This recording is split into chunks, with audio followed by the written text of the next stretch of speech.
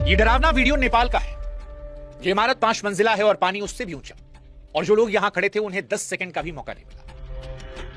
ये तस्वीर नेपाल तिब्बत बॉर्डर की है, तिब्बत के इमिग्रेशन सेंटर की, जहां 1 सेकंड पहले सब कुछ ठीक था और अगले सेकंड सब कुछ खत्म हो जाता है।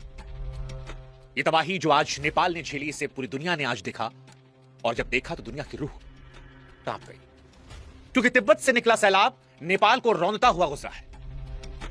हिंदुस्तान इसको लेकर इसलिए व्यथित है क्योंकि नेपाल के साथ साथ इसमें हमारे भी 105 लोग लापता हैं। वो लोग जो भोलेनाथ के दर्शन करने कैलाश जा रहे थे, अब उनके घरों का फोन नहीं लग रहा। 30 से ज्यादा जवान थाने समेत बह गए हैं। जो बचाने वाले थे वो खुद लापता है। 60 मजदूर सुरंग के अंदर थे और सुरंग के मुंह पर पूरी की पूरी नदी आ गई। बांध टूटा, हेलीकॉप्टर बचाने पहुंचा था लेकिन खाली लौटना पड़ा क्योंकि उतारने के लिए जमीन ही नहीं बची थी। और ये पानी रुका नहीं है, ये गंडक बनकर बिहार आ रहा है। 8 जिले अलर्ट पर है।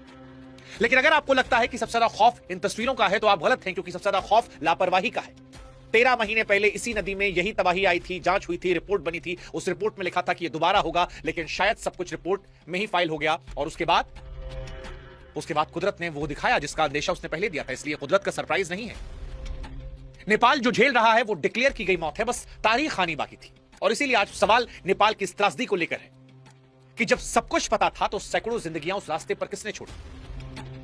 क्या यह प्राकृतिक आपदा है या फिर इसके लिए जिम्मेदार हैं हम? नमस्कार, मैं हूं शुभांकर मिश्रा और आज नेपाल के लिए सारी दुनिया दुआएं कर रही है। लेकिन दुआओं के साथ साथ आज हम समझेंगे कि यह पानी आया कहां से।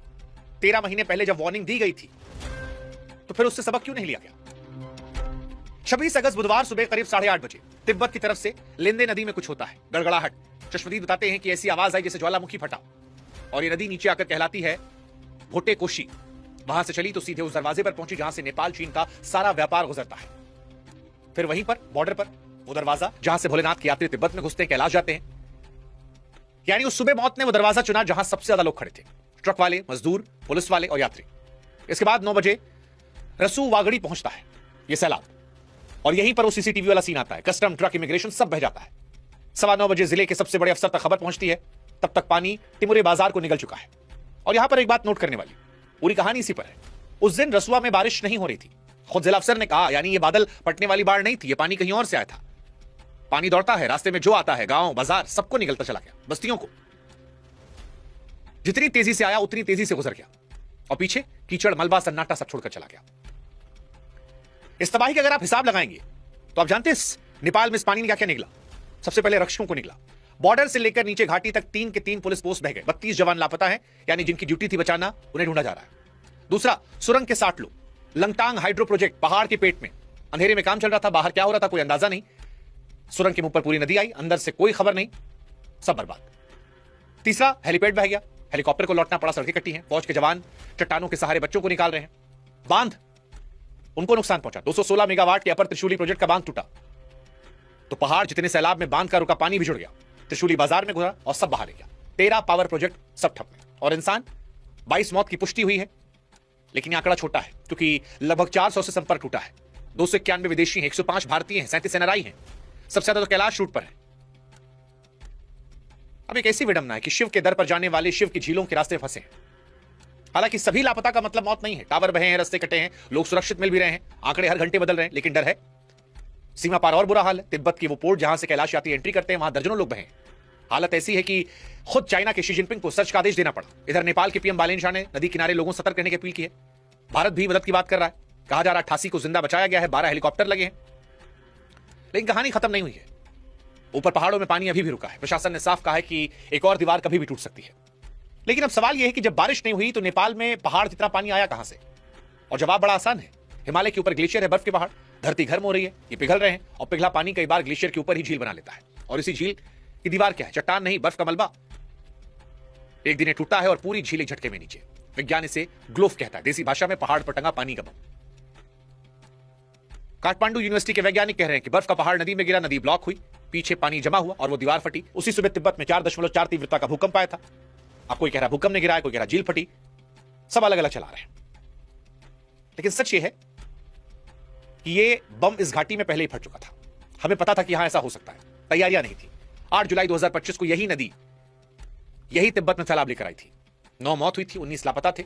नेपाल चीन को जोड़ने वाला फ्रेंडशिप ब्रिज बह गया था और कैलाश यात्रा का रूट महीनों के लिए टूटा था। तब नेपाल सरकार अंतर्राष्ट्रीय वैज्ञानिकों की सैटेलाइट रिपोर्ट में साफ साफ लिखा गया था कि फिर हो सकता है।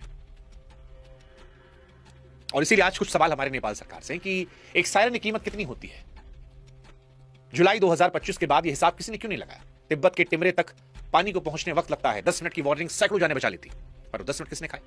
सवाल नंबर 2 चीन से भी है। झील तिब्बत में है, मॉनिटरिंग चीन के हाथ में है। जुलाई 2025 के बाद नेपाल के साथ रियल टाइम क्या डेटा शेयरिंग शुरू हुई थी, और अगर हुई थी तो फिर यह दिन क्यों देखना पड़ रहा है।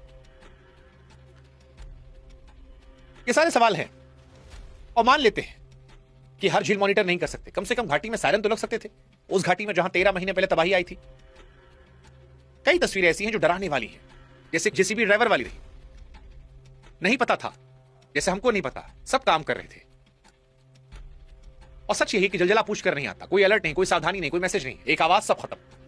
ये तस्वीरें परेशान करने वाली हैं। और इस तबाही ने इंसान के भगवान तक को नहीं छोड़ा। यह तबाही का पानी 100 किलोमीटर दौड़कर नारायण घाट तक पहुंचा, जहां भगवान बुद्ध की मूर्ति थी, उनके चरणों तक गया, शांति के प्रतीक तक। कैलाश के पैकेज बनाने वाली ट्रैवल एजेंसियां जो जानती थी इसी रूट पर तबाही आई है, क्या उन्हें यात्रियों को बताया था कि रूट कितना हाई रिस्क है? हाई रिस्क का कागज साइन करवाया था? नहीं। 13 महीने पहले जब हमने बताया इसी पर ग्लॉफ आया था। तो भारत सरकार के लिए भी सवाल है, क्या कैलाश यात्रा के लिए कोई एडवाइजरी थी, कोई रिस्क असेसमेंट, जो इतने सारे नागरिक पहुंच गए? ये बम सिर्फ नेपाल के ऊपर नहीं टंगे। अभी चमोली में 2021 में 200 से अधिक मौत, सिक्किम में। ये जो बम हम जिनका जिक्र कर रहे हैं, जो डैम बहने की बात कर रहे हैं, ये हमारे यहां भी उत्तराखंड, हिमाचल, सिक्किम, सब जगह लटके हैं। सिक्किम के बाद हमारे यहां कितनी झीलों पर वार्निंग सिस्टम लगे, कितने प्रोमिसेस पूरी किए गए? ये सारे सवाल बड़े महत्वपूर्ण हैं। तो आसान शब्दों में अगर इस पूरी कहानी को समेटे तो 26 अगस्त की सुबह तिब्बत से आई पानी की दीवार नेपाल का रसुआ निकल लिया। 22 मौतें हुई हैं, सैकड़ों लापता हैं। कुदरत ने किया है सच है, लेकिन यह अधूरा सच है। पूरा सच यह है, कुदरत ने 13 महीने पहले रिहर्सल किया था, वार्निंग दी थी, लिखित दी थी, लेकिन हम नहीं समझे। बाढ़ कुदरत भेजती है, लेकिन बिना वार्निंग के मौत वो सिस्टम भेजता है। बाकी आपका कोई अपना फंसा हुआ है तो भारतीय दूतावास काठमांडू के इमरजेंसी नंबर स्क्रीन पर हम आपको बता दे रहे हैं, +977 9851 316807।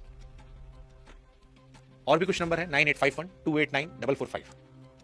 हिम्मत मत हारिए, लोग मिल रहे हैं, जो अपडेट होगी आप तक पहुंचाएंगे।